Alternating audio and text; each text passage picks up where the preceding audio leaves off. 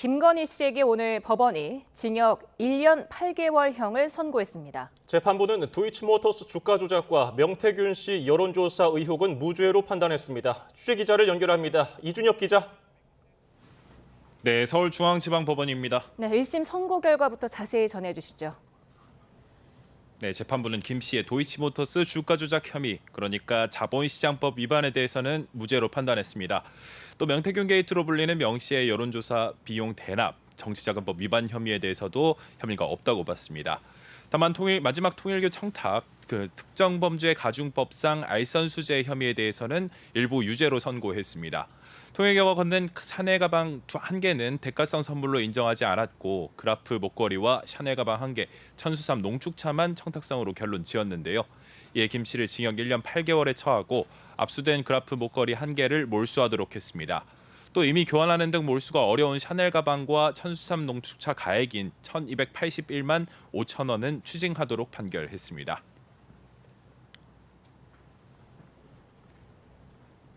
재판부가 일부 무죄 판단 전에 의미심장한 말을 하기도 했죠. 네, 재판장인 우인성 부장판사는 본격적인 선고 전 한비자의 형무 등급을 언급했습니다.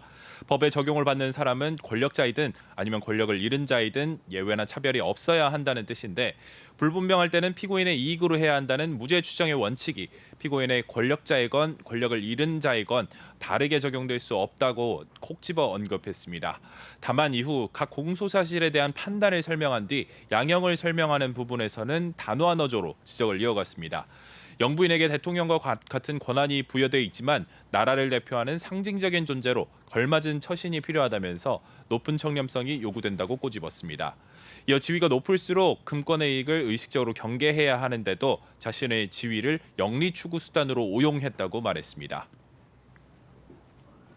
네, 그러면 각 혐의에 대한 유무죄 판단의 이유도 하나씩 짚어주실까요? 네, 재판부는 도이치모터스 주가 조작의 경우 김 씨가 미필적으로나마 자신의 자금이나 주식이 시세 조종에 동원될 수 있음을 인식하면서 용인했을 여지가 없지 않다고 봤습니다. 다만 시세 조종 세력 누구도 직접 시세 조종과 관련해서 알려줬다고 말하는 사람이 없는 등 일당이 김 씨를 공동저범으로 여겼다고 보이지는 않는다고 판단했습니다. 명태균 씨 정치자금법 관련해서도 재판부는 윤 전 대통령 부부와 명 씨가 여론조사 관련한 계약서를 쓴 바가 없는 등 김 씨는 결과를 배포받는 상대방에 불과했다고 봤습니다. 여론조사 비용도 명 씨가 자체적으로 충당했고 대가로 지목된 김영선 전 의원의 공천도 국민의힘 공천관리위원회에서 투표로 결정된 거라고 지적했습니다. 통일교 청탁 부분과 관련해서는 김 씨가 처음으로 샤넬 가방을 전달받을 때까지는 청탁으로 볼 만한 것이 없었다고 판단했습니다. 그러나 이후에는 건진법사 전성배 씨가 전달한 메시지 등을 통해 통일교의 요구사항이 유엔 제5사무국 유치라는 구체적인 청탁이 전달됐다고 봤습니다. 이번 선고는 특검 구형, 그리고 그동안 특검이 주장했던 내용과는 차이가 있죠? 네, 앞서 특검은 김 씨의 자본시장법 위반과 특정범죄 가중법상 알선수재 혐의에 대해서는 징역 11년과 벌금 20억 원, 추징금 8억 1,144만여 원 선고를 요청했습니다. 정치자금법 위반에 대해서는 징역 4년과 추징금 1억 3,720만 원입니다. 특검은 도이치모터스 주가 조작 혐의와 관련해 김 씨가 지난 2010년 10월에서 2012년 12월까지 주가 조작에 가담해서 8억 1,114만 원여 원의 부당이득을 얻었다고 보고 있습니다. 또 명태균 게이트로 불리는 정치자금법 위반과 관련해서 2021년 6월부터 2022년 3월 사이 김 씨가 윤 전 대통령과 함께 명 씨로부터 모두 2억 7천만 원 상당의 여론조사를 무상으로 받았다고 주장합니다. 통일교로부터는 그라프 목걸이와 샤넬 가방 2개, 천수삼 농축차 모두 8,200만여 원 상당 금품을 현안 청탁을 들어주는 대가로 받았다며 기소했습니다. 네, 재판장이 선고를 진행하는 동안 법정 안팎 분위기 어땠습니까? 네, 주변 경비가 삼엄해진 가운데 선고 전부터 법원 앞에는 윤 전 대통령 부부 지지자가 일부 모여서 집회를 냈습니다. 법정 안에서는 교도관 2명의 부축을 받아 등장한 김 씨는 평소 재판 참석 때처럼 검은 정장에 마스크와 안경을 쓴 차림이었습니다. 선고가 진행되면서 재판부가 혐의를 하나씩 무죄 취지로 판단하자 김 씨 측 유정화 변호사는 눈물을 흘렸습니다. 처음에는 재판장을 바라보던 김 씨는 점차 고개를 아래로 떨어뜨리고 선고를 들었고 주문을 다 들은 뒤에는 재판부를 향해서 2번 고개를 숙이면서 인사한 뒤 법정을 나갔습니다. 예, 1심 선고 나온 뒤에 특검과 김건희 씨 측 반응 엇갈렸죠? 네, 김 씨 측 최지우 변호사는 선고 뒤에 기자들과 만나 재판부가 오로지 법과 양심을 따라 독립해서 재판했다면서 깊은 감사를 표했습니다. 이번 판결은 정치 권력이 수사에 개입하면 어떤 결과를 초래하는지 잘 보여준 거라고 목소리를 높였습니다.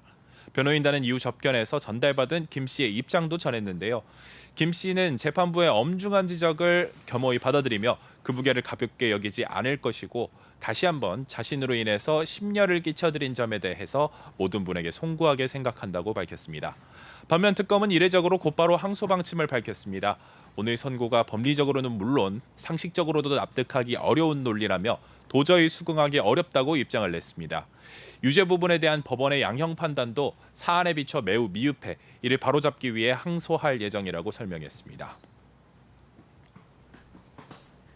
네, 김건희 씨 선고 이후에 같은 재판부가 통일교 청탁 의혹과 관련해서 주요 선고를 연이어 진행했죠.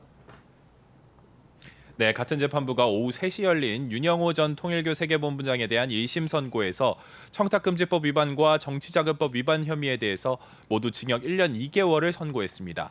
재판부는 윤 전 본부장이 국민의힘 권성동 의원에게 1억 원을 주고 건진법사 전성배 씨를 통해서 김 씨에게 가방과 목걸이, 천수삼 농축차를 전달했다고 판단했습니다.